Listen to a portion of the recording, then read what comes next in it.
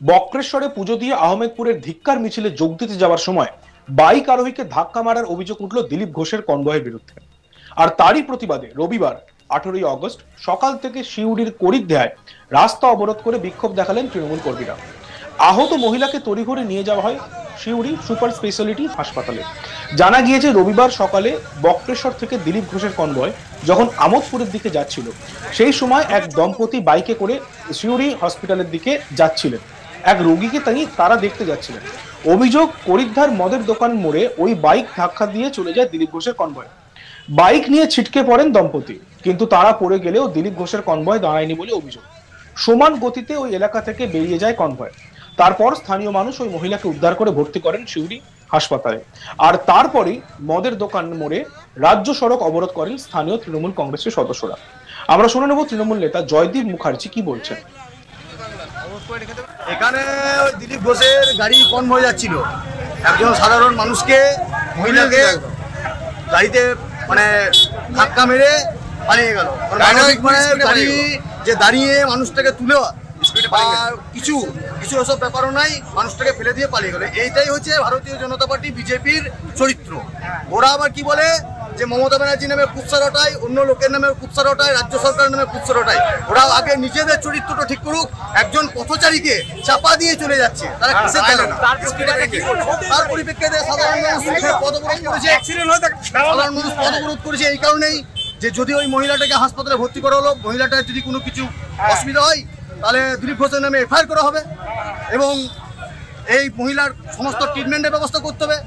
উনি যে একজন মানবিক বলেন, নিজেদেরকে বলেন যে আমরা মানবিক জনদরদি, তাহলে একজন সাধারণ মানুষকে চাপা দিয়ে অ্যাক্সিডেন্ট করে বেরিয়ে গেলেন। অ্যাক্সিডেন্ট হতে পারে রাস্তাঘাটে, কিন্তু ওনার তো দাঁড়িয়ে থেকে মহিলাকে তোলা উচিত ছিল, তাকে হসপিটালাইজ করা উচিত ছিল। দেখে নেব আমাদের প্রতিনিধি শান্তনু হাজার প্রতিবেদন। বীরভূমের জেলা সফরে ছিল বিজেপি নেতৃত্ব দিলীপ ঘোষ, আর এই দিলীপ ঘোষের গাড়ি ঘিরে বিক্ষোভ দেখালো একাংশ।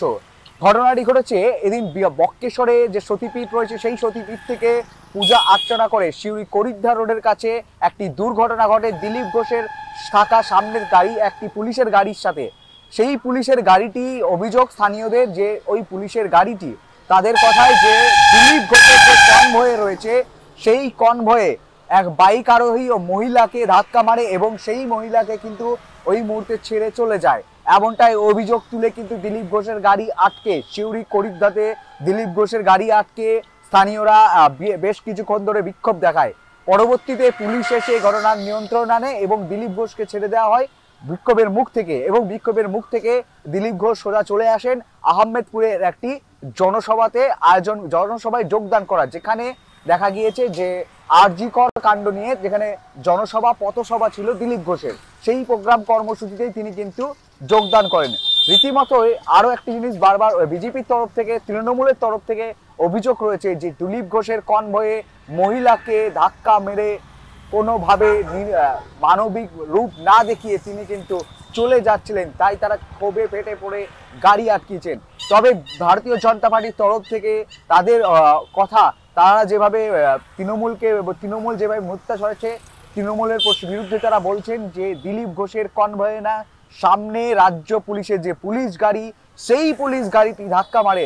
তবে সেই পুলিশ কিন্তু পরবর্তীতে ওই মহিলা ও যুবককে উদ্ধার করে সিউড়ি যে হাসপাতাল রয়েছে সেই হাসপাতালে কিন্তু নিয়ে গেছে।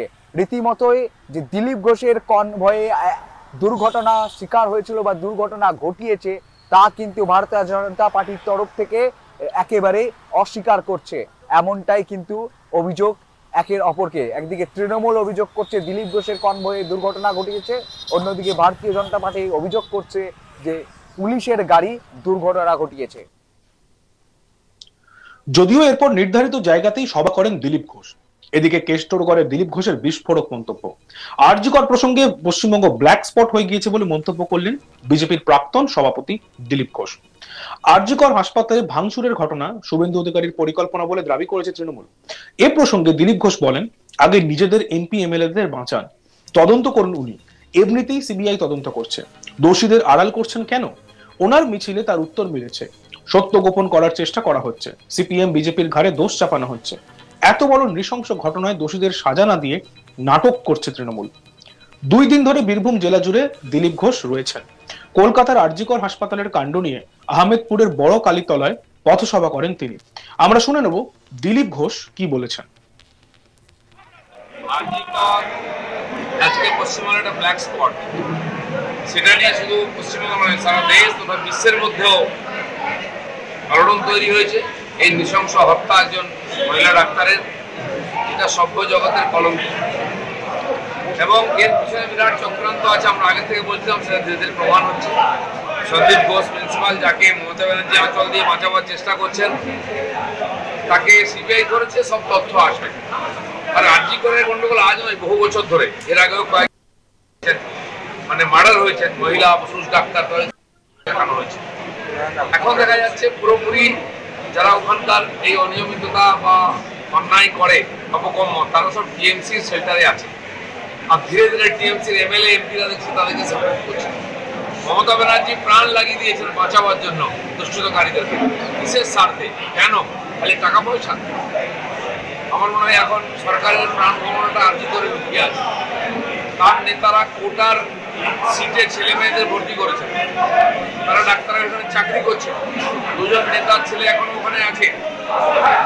একজন নেতা তার মেয়ের প্রতি যে ঘটনা ঘটেছিল বলতে গিয়ে তাকে পার্টি সরিয়ে দিয়েছে। মমতা ব্যানার্জি সরকার যে অন্যায় করছে, অমানবিক কাজ করছে, পার্টির লোক যদি কোনো কারণে সেটা স্বীকারও করে নেয়, তার পার্টি থেকে তাড়িয়ে দেওয়া হবে। ডাক্তার শান্তনু সেন তার প্রমাণ, তার বিবেকের ডাক তিনি শুনেছিলেন বলে পার্টি থেকে সরিয়ে দিচ্ছে।